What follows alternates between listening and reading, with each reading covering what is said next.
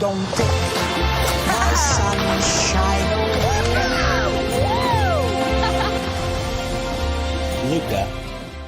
Luca is the latest film from Pixar, and it's about two sea monsters voiced by Jacob Tremblay and Jacqueline Grazer, who want to have an unforgettable summer by exploring the world above the water's surface, but must not reveal that they are sea monsters. As most of us know, Pixar has made so many great films over the years, and for this reason it's always going to have a special place in my heart. And of Luca, I can certainly say this is another gem from them. But of this one, I feel there's something else to be said about it. I have thought about what I'm going to say for a long time after seeing it, and yes, I have really thought about this film. I think Luca is special.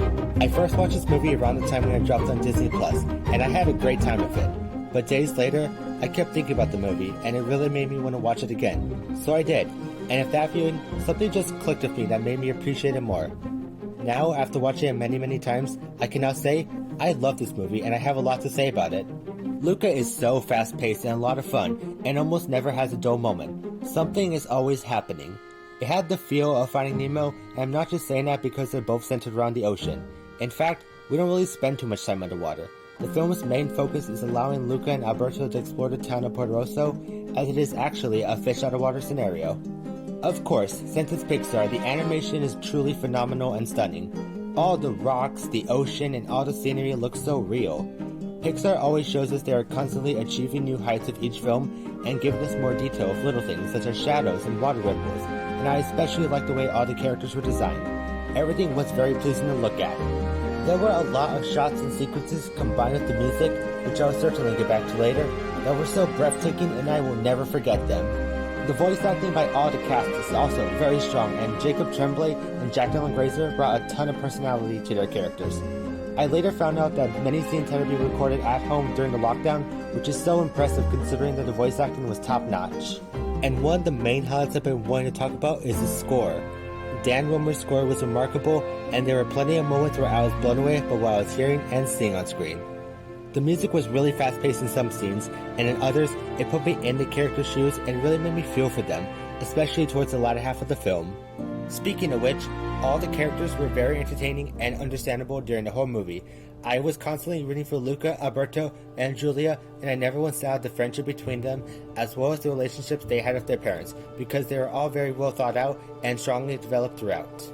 And I know a lot of people are going to say this film isn't as emotionally deep compared to Pixar's other films, and at first I did kind of think that, but after much thought, I now disagree with those statements. I've been saying this for a while. Not every Disney or Pixar movie has to be really heart-shattering, and I don't expect that from every movie they make. While Luca has its fair share of very meaningful moments that add a ton of weight to the story, this is one of Pixar's most fun and lighthearted films to date, and I'm glad they didn't just decide to add something just to make it more complex. This movie was so great, and there are only very few issues I have with it that are mainly revolving around the villain.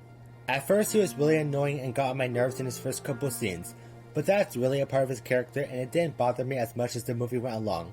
But my main issue with him is his final moments on screen. Without spoiling it, it didn't bring much to the film and there could have been way more to it. Even with those very small issues, Luca is a movie that I really appreciate the more times I watch it and the more I really start to think about it. This is so rewatchable and another gem from Pixar that is so enjoyable and has an incredible third act that is topped off with an ending that really made me feel something and left a big impact on me. This was so refreshing and I really wish Disney would have also released this in theaters. Hopefully in the future Disney does decide to re-release this and Soul in theaters, but nevertheless this film truly surprised me and I'm going to rate Luca an A-. I highly recommend this to anyone who enjoys any other Pixar's movies, and this is such an amazing summertime film, and it's now streaming on Disney+. Also, don't leave right away during the first half of the credits as they start rolling, because there are some really nice images that nicely go along with the film. Thank you for watching my review of Luca. Your life is so much cooler than mine. There's a million things you think you can't do. All you need is a chance to try. Woo!